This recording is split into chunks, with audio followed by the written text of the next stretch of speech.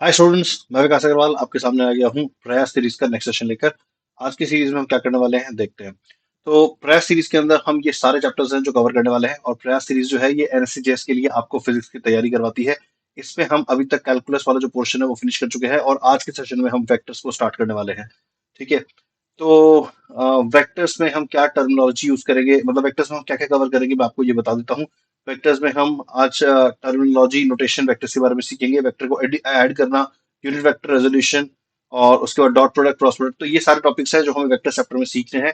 ठीक है। वेक्टर्स वैसे तो मैथमेटिक्स का चैप्टर है, लेकिन फिजिक्स में क्योंकि ये बहुत एक्सटेंसिवली यूज होता है, इसलिए इससे पहले कि हम फिजिक्स पढ़ना स्टार्ट करें हमें इस चैप्टर में प्रोफिशिएंसी लाना जरूरी है। तो हम ये देखेंगे। आज के सेशन में हम पर्टिकुलरली क्या करने वाले हैं। आज के चैप्टर में हम उस टर्म्स को देखने वाले हैं जो कि वेक्टर चैप्टर से एसोसिएटेड है। हम वेक्टर्स की कुछ प्रॉपर्टी देखेंगे, और एंगल बिटवीन वेक्टर्स क्या होता है उसको पहचानना सीखेंगे। ठीक है बच्चों। तो बिना कोई टाइम वेस्ट करे चलो स्टार्ट करते हैं। स्टार्ट करने से पहले आपको ये जरूर बताना चाहूंगा कि एनएससीजेएस रैंकर्स बैच जो कि 8 अप्रैल को स्टार्ट हुआ है, इस बैच के अंदर हम एनएससीजेएस 2024 की तैयारी करा रहे हैं। इस बैच के अंदर आपको 150 प्लस लाइव सेशंस मिलेंगे। हर वीक आपके 2 सेशन फिजिक्स के होंगे, 2 केमिस्ट्री के होंगे, 2 बायोलॉजी के होंगे। ठीक है। और इसके अलावा आपको रेगुलर टेस्ट दिए जाएंगे, जिनका डिस्कशन भी होगा। आपको मेंटरशिप एंड गाइडेंस दी जाएगी टीचर्स के द्वारा। आप लोगों को हम एक टेलीग्राम ग्रुप के अंदर ऐड कर देंगे, जहां पे बाकी बच्चे जिन्होंने इस बैच को ज्वाइन किया है वो भी प्रेजेंट होंगे, और आप उनके साथ क्वेश्चंस का डिस्कशन कर सकते हैं, एकेडमिक डिस्कशंस कर सकते हैं। वहां पे टीचर्स भी प्रेजेंट होते हैं, तो अगर कोई ऐसा क्वेश्चन है जिसमें आप लोग अटक गए हैं और कोई भी बच्चा उस क्वेश्चन को सॉल्व नहीं कर पा रहा है, तो आप टीचर्स की भी हेल्प ले सकते हैं, टीचर्स भी बता देंगे। ठीक है। सैम सपोर्ट क्या होता है, तो सैम का मतलब होता है स्टूडेंट्स एकेडमिक मेंटर। सो हमारी तरफ से एक पर्टिकुलर पर्सन, ठीक है, they will be assign to you, यानी कि आपको अगर वेदांतों में किसी भी चीज की जरूरत पड़ रही है तो आप उनको बताइए, और वो आपकी बात सही लेवल तक, सही पर्सन तक पहुंचा देंगे वेदांतों के अंदर।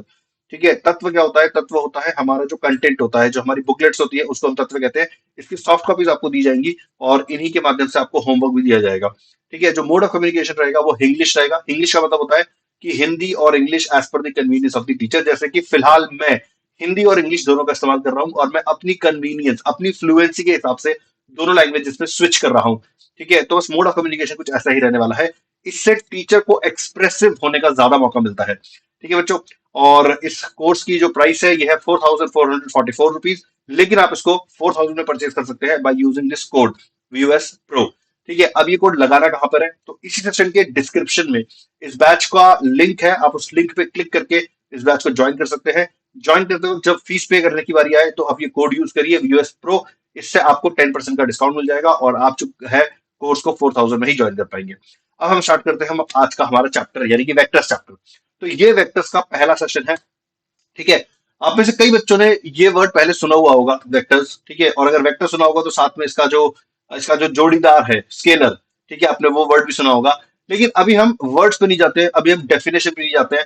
ठीक है। मुझे पता है कि अगर मैं आप लोगों में से वेक्टर की डेफिनेशन पूछूंगा तो आप में से बहुत लोग डिफाइन तो कर देंगे, लेकिन क्या आप ये फील कर सकते हैं कि वेक्टर्स होते क्या है। तो उस चीज को फील कराने के लिए यहाँ पे 3 क्वेश्चन हैं। इन 3 क्वेश्चन के जवाब के बारे में सोचते हैं। तो पहला क्वेश्चन ये कह रहा है कि suppose 2 months back Ram had a mass of 60 kg and then he lost 6 kg due to some illness। तो उसका अभी मास कितना होगा ये बताओ।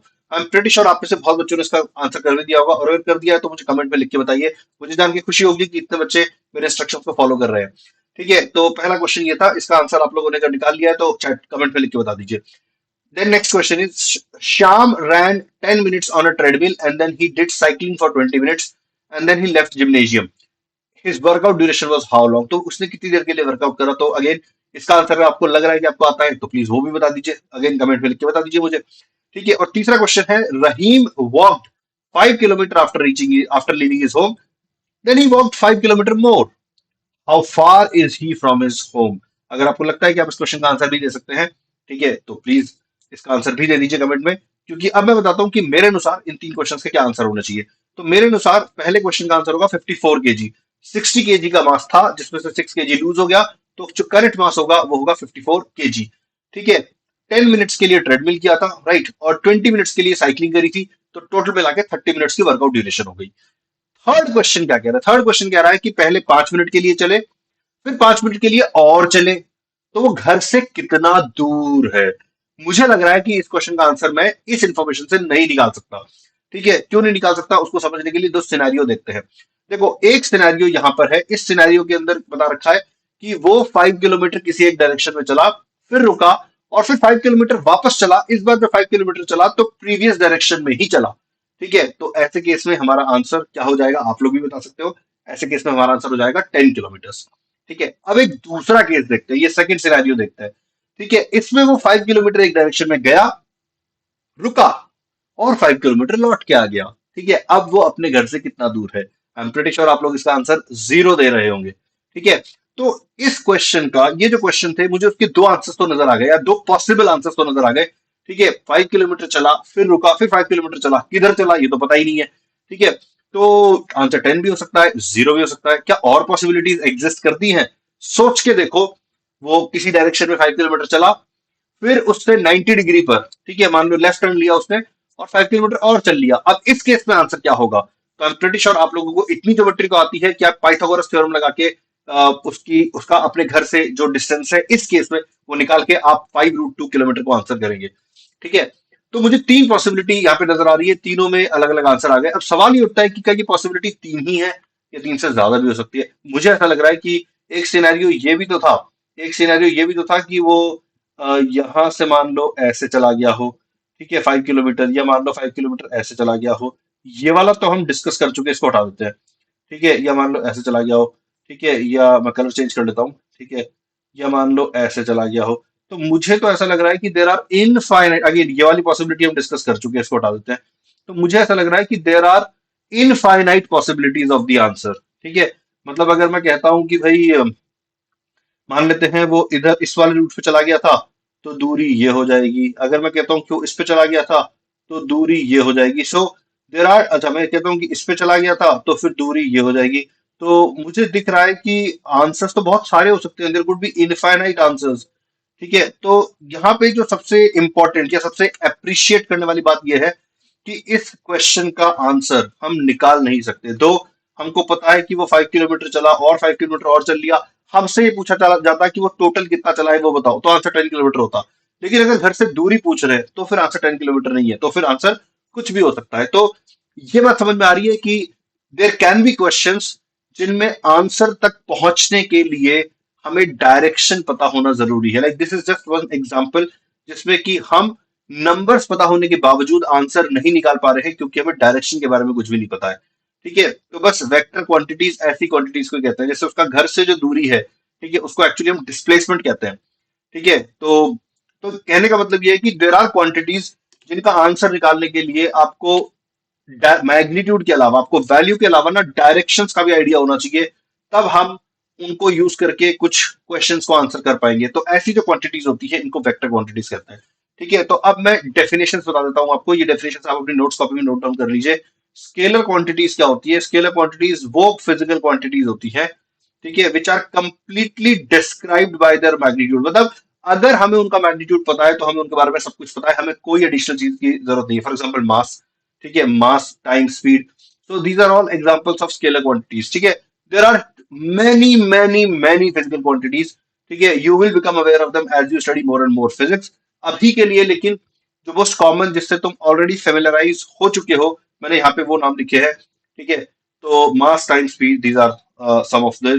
ठीक है, अब वेक्टर क्वांटिटीज क्या होती है? तो vector quantities are those quantities which are completely described only when we have knowledge of their magnitude as well as direction। समझ में आ रहा है?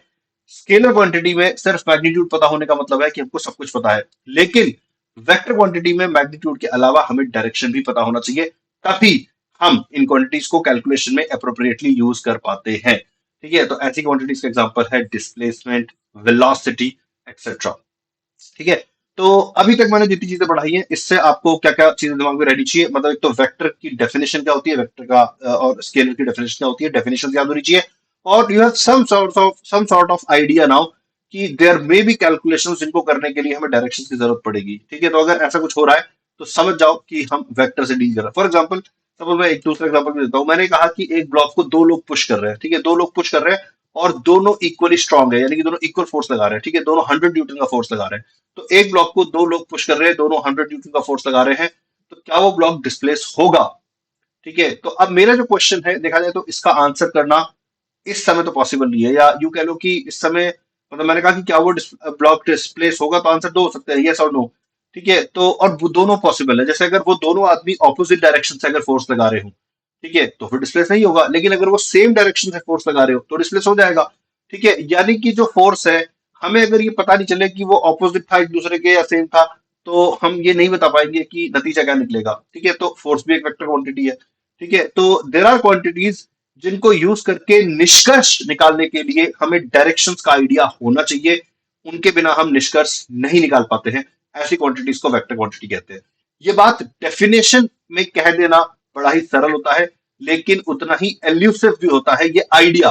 ठीक है, स्पेशली 8th और 9th के बच्चों को ना ये समझ नहीं आता कि बोलने को सब बोल देते हैं कि डायरेक्शन भी होनी चाहिए, मैग्नीट्यूड भी होनी चाहिए, पर इसका मतलब क्या है? मतलब इसका ये है कि तुम अगर किसी वेक्टर क्वांटिटी को कैलकुलेशन में यूज करके आंसर निकालना चाहोगे, तो तुम तब तक नहीं निकाल पाओगे जब तक कि तुम्हें डायरेक्शन का आइडिया ना हो, मतलब तुम्हें डायरेक्शन के बारे में जानकारी ना दी जाए। ठीक है, तो अब नेक्स्ट टाइम से जब भी तुम ये बात फील करो कि मुझे डायरेक्शन पता हो तो तुम आंसर निकाल देता, तो समझ जाना कि तुम वेक्टर्स के साथ डील कर रहे हो।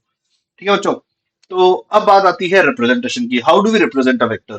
ठीक है, तो इसके लिए मैं तुम लोगों से पूछता हूं कि अगर एक क्वांटिटी है जिसमें मैग्नीट्यूड है और जिसमें डायरेक्शन है, यानी कि जिसमें डायरेक्शन एक बहुत इंपॉर्टेंट रोल प्ले करता है, तो उसको रिप्रेजेंट करने के लिए तुम क्या करोगे? तो मेरे ख्याल से डायरेक्शंस को रिप्रेजेंट करने का जो बेस्ट तरीका होता है वो होता है एरोज।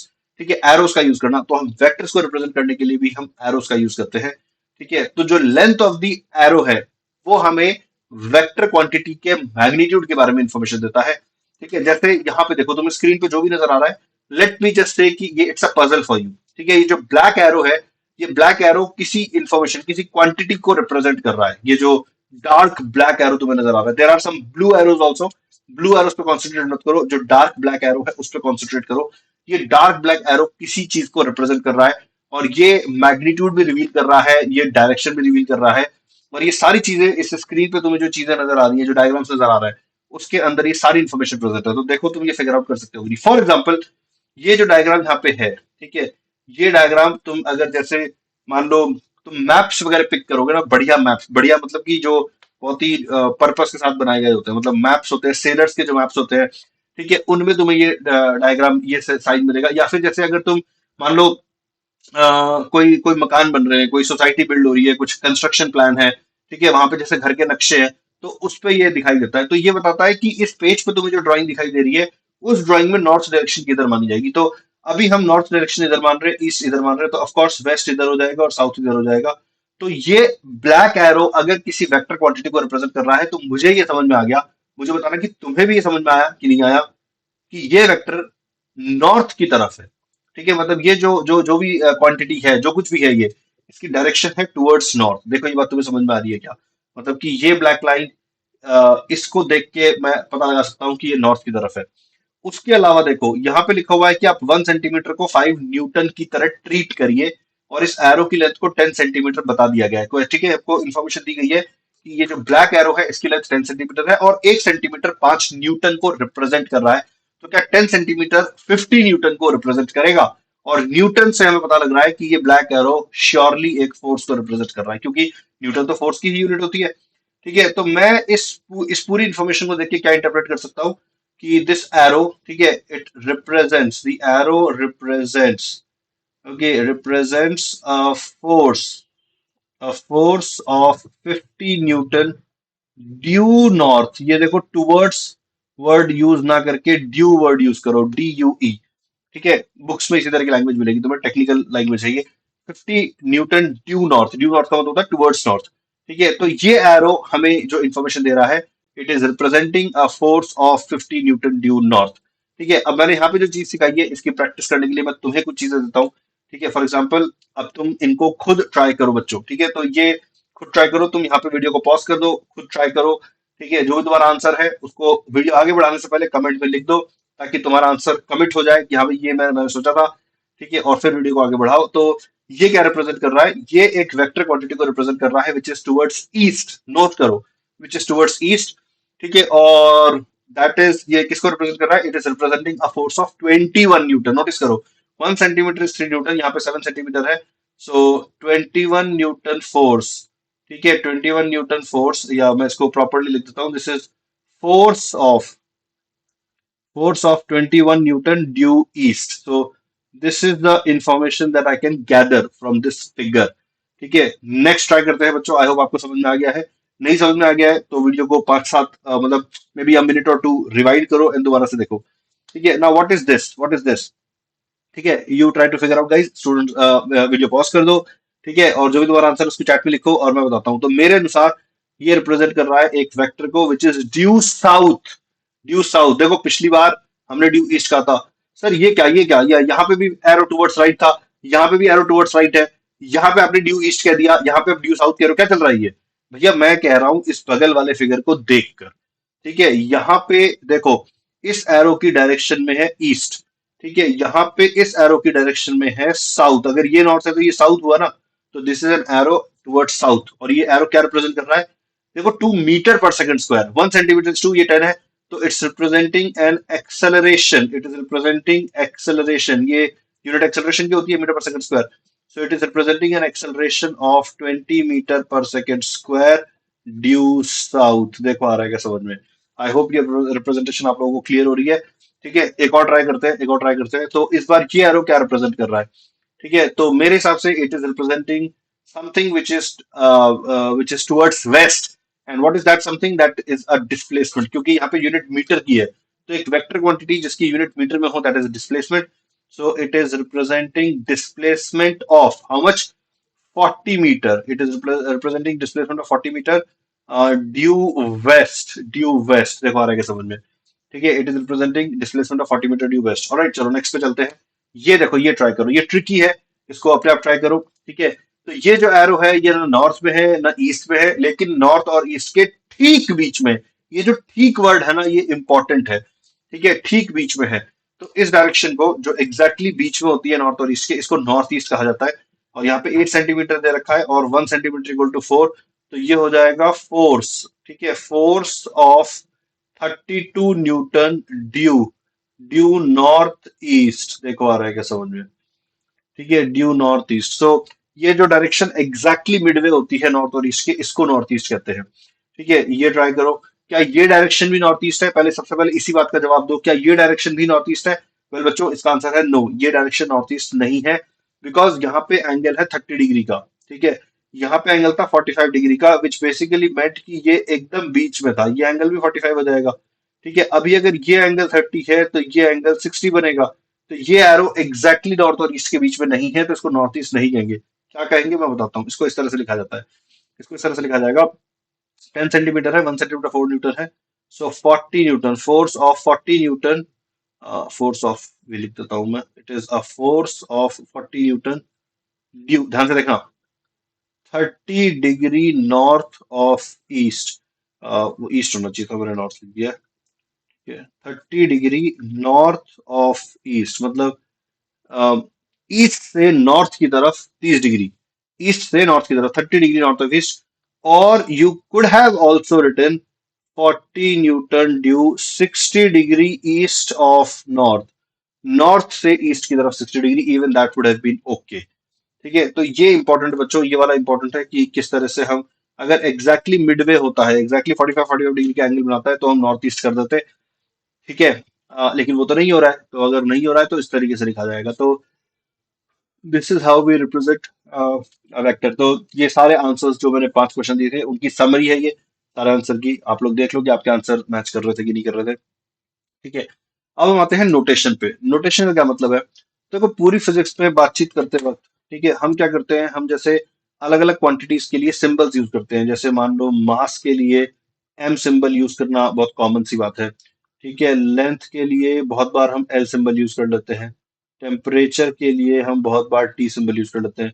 ऐसे ही वेलोसिटी के लिए हम बहुत बार वी सिंबल यूज करते हैं। लेकिन एक बात नोट करने लायक है कि अगर मैं कोई सिंबल यूज कर रहा हूँ और वो किसी वेक्टर क्वांटिटी को रिप्रेजेंट कर रही है, ठीक है, और मैं इस बात को एम्फेसाइज करना चाहता हूँ कि ये सिंबल एक वेक्टर को रिप्रेजेंट कर रहा है, तो हमें क्या करना चाहिए, हमें उस सिंबल के ऊपर एक ऐसा एरो लगा देना चाहिए। ये तरीका है, ये एरो की प्रेजेंस बताता है कि हम वेक्टर की बात कर रहे हैं। ठीक है, तो अल्फाबेट के ऊपर एक एरो बनाते हैं, और एरो हमेशा ये राइट वर्ड ही बनाया जाता है।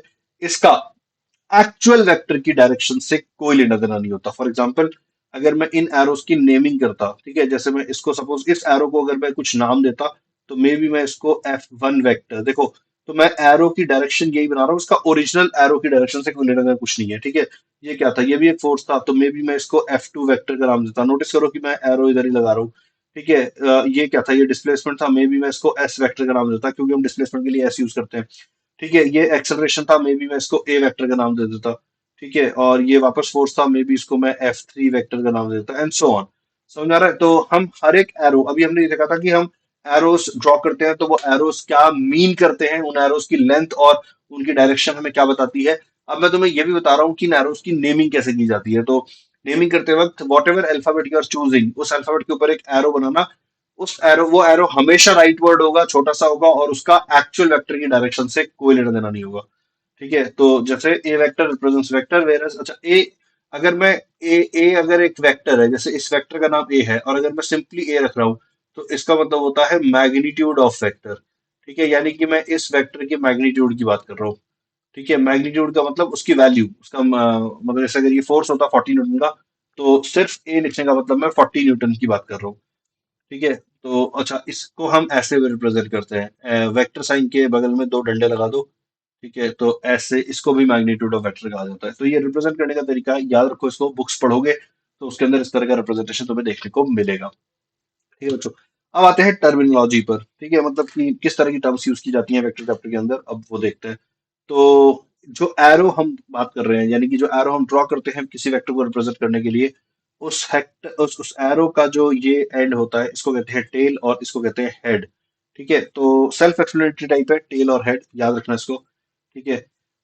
अगर मान लो दो वेक्टर्स इस तरीके से ड्रॉ की गई हैं कि उन वेक्टर्स का टेल एक ही जगह पर है, उनका टेल अगर मान लो सेम पॉइंट पर है, तो ऐसी वेक्टर्स को को इनिशियल वेक्टर्स कहते हैं, याद रखना इसको, ठीक है। को इनिशियल वेक्टर्स कौन सी होती है, ऐसी वेक्टर्स जिनका टेल सेम पॉइंट पे हो, तो दोज वेक्टर्स आर कॉल्ड को इनिशियल वेक्टर्स। इसी तरीके से वेक्टर्स जिनका हेड सेम पॉइंट पे होता है, इसको को टर्मिनस वेक्टर कहते हैं, को टर्मिनस, ठीक है। तो को टर्मिनस में हेड एक जगह पर होता है, क्लियर है, ठीक है। Vectors pointing in same direction they are called parallel vectors. तो हमने अभी तक बात करी है को इनिशियल वेक्टर्स की, को टर्मिनस वेक्टर्स की, पैरेलल वेक्टर्स की, ठीक है। तो को parallel vectors are vectors which are pointing in the same direction, those are called parallel। Anti parallel का मतलब क्या होता है, anti parallel vectors which are pointing in exactly opposite direction, ठीक है। They are exactly opposite, they are pointing in exactly opposite direction, so such vectors are called anti parallel vectors, ठीक है।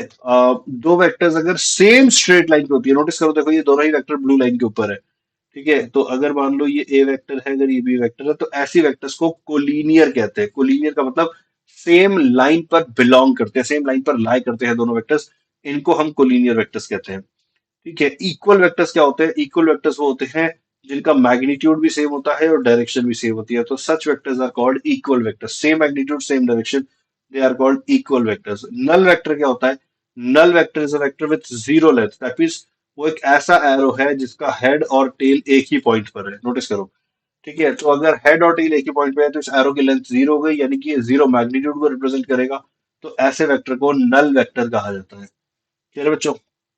ठीक है, तो मैं एक बार वापस से बताता हूँ हमने क्या क्या टर्म सीखी है। हमने को इनिशियल सीखा, को इनिशियल मतलब tail at the same point, coterminous मतलब head at the same point, parallel vectors pointing in the same direction, anti parallel vectors pointing exactly the opposite direction, ठीक है। Collinear vectors, two vectors lying on the same straight line, they are called collinear vectors. Equal vectors, ठीक है, if the magnitude as well as direction of two vectors is same, then we call those vectors as equal vectors, ठीक है। Null vector क्या होता है, null vector is a vector with the magnitude of zero, ठीक है, उसको कहते हैं नल वेक्टर्स, क्लियर है तक। अब हम बात करते हैं प्रॉपर्टीज ऑफ वेक्टर्स की, very important topic guys, please pay very careful attention, ठीक है। तो प्रॉपर्टीज ऑफ वेक्टर्स क्या होती है मैं आपको बताता हूँ। तो फर्स्ट प्रॉपर्टी हम देखेंगे, इस फर्स्ट प्रॉपर्टी को कहते हैं इनवेरियंस। बहुत ही ब्यूटीफुल, बहुत ही पावरफुल प्रॉपर्टी है ये, ठीक है। देखते हैं क्या कहती है ये। तो सपोज ये जो रेड एरो है, ये एक वेक्टर ए को रिप्रेजेंट कर रहा था, जैसे कि ये पेन मान लेते हैं। इस पेन को मैं स्पेस में शिफ्ट कर रहा हूं, लेकिन मैं इसकी ओरिएंटेशन चेंज नहीं कर रहा, मतलब कि इसको ऐसे या ऐसे या किसी और तरीके से नहीं घुमा रहा हूं।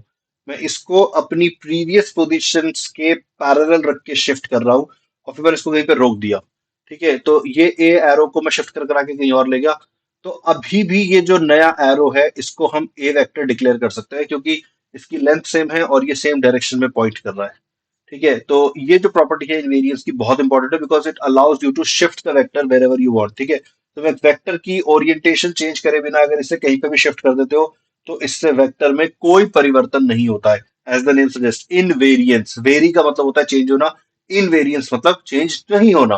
ठीक है, तो बहुत इंपॉर्टेंट प्रॉपर्टी है इनवेरियंस। आ रहा है समझ में? तो अब मैं कुछ स्टेटमेंट्स पूछने जा रहा हूँ आप लोगों से, ट्रू और फॉल्स, आप लोग सब बताना मुझे कि मतलब try to get them all right. अगर तुमने सारे स्टेटमेंट्स का सही जवाब दे दिया तो अभी तक तुमने जो कुछ भी सीखा है एकदम परफेक्टली सीखा है। ठीक है, तो पहला स्टेटमेंट है any two vectors must either be parallel or anti parallel. What do you think guys? Any two vectors must, अगर parallel है मतलब या तो parallel होगा या anti parallel होगा, true or false?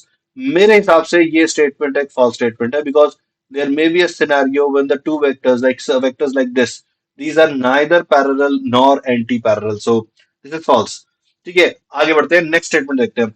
Any two given vectors must either be collinear और non collinear. ये सही लग रहा है कि भाई अगर कोलिनियर है, क्या कोई मतलब एक लाइन पे मतलब कोलिनियर अगर नहीं है, ठीक है, तो मतलब कोलिनियर अगर नहीं है तो डेफिनेटली नॉन कोलिनियर है, तो ये ट्रू है कि या तो कोलिनियर होगा, अगर नहीं होगा तो उसको नॉन कोलिनियर कहेंगे, तो बिल्कुल सही है ये।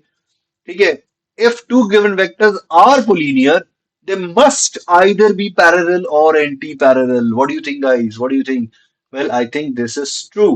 ठीक है, अगर हमने ये डिक्लेयर कर ही दिया है कि इसी स्ट्रेट लाइन पे दो वेक्टर्स लाई करते हैं, तो there is no other option, या तो उन वेक्टर्स को सेम डायरेक्शन में पॉइंट करना ही पड़ेगा या ऑपोजिट डायरेक्शन में पॉइंट करना ही पड़ेगा। ठीक है, तो या तो वो पैरेलल होंगे ही होंगे या एंटी पैरेलल होंगे ही होंगे। मतलब अगर हमें ये बता दिया गया है कि दो वेक्टर्स कोलिनियर हैं, तो फिर उनको या तो पैरेलल या फिर एंटी पैरेलल होना ही पड़ेगा। ठीक है, तो ये स्टेटमेंट है ट्रू। नेक्स्ट चलते हैं। Using invariance it is possible to make any two vectors as coinitial और coterminous. What do you think guys? ठीक है, जैसे सपोज मैंने तुम्हें दो वेक्टर्स दिए, ठीक है, एक वेक्टर था ऐसे ए वेक्टर और एक वैसा वेक्टर था ऐसे बी वेक्टर। अब मैं क्या कर सकता हूं, मैं ऐसा कर ही सकता हूँ ना कि ए को शिफ्ट करके मैं इस तरह से यहाँ पे ले आया। ठीक है, ए को शिफ्ट करके यहाँ पे ले आया, सो दैट कि ए की टेल जो है वो बी से कोइंसाइड करने लग जाए। शिफ्ट करने से ए वेक्टर बदलेगी तो है नहीं, तो using invariance it is possible to make any two vectors coinitial, बिल्कुल सही है। अच्छा, ए को अगर मैं ऐसे शिफ्ट कर लेता, ए को शिफ्ट करके यहाँ ले आता सच दैट कि ए ऐसे रखा रहता, ठीक है, तो कोटर्मिनस भी हो जाते। So yes, it is true, it is true, using invariance it is true, and not only it is true, it is a very very powerful tool that we are going to use. ठीक है, इसको बहुत ही extensively use करेंगे, बहुत बार use करेंगे, तो इस बात को दिमाग में रखना कि इनवेरियंस की प्रॉपर्टी की वजह से हम वेक्टर्स को शिफ्ट कर सकते हैं, और क्योंकि हम वेक्टर्स को शिफ्ट कर सकते हैं इसीलिए हम जरूरत पड़ने पर, अगर हमें चाहिए कि दो वेक्टर्स हम को इनिशियल माने या उनको को इनिशियल बना के ड्रॉ करें, तो हम कर सकते हैं, और अगर हमें चाहिए कि दो वेक्टर्स को हमको टर्मिनस बना दे तो वो भी हम कर सकते हैं। ठीक है, null vector will have head and tail at the same point, ये तो मैंने बता ही दिया था पढ़ाते वक्त, तो I hope you are getting it right, this is true. ठीक है, null vector will have head and tail at the same point, yes that is true.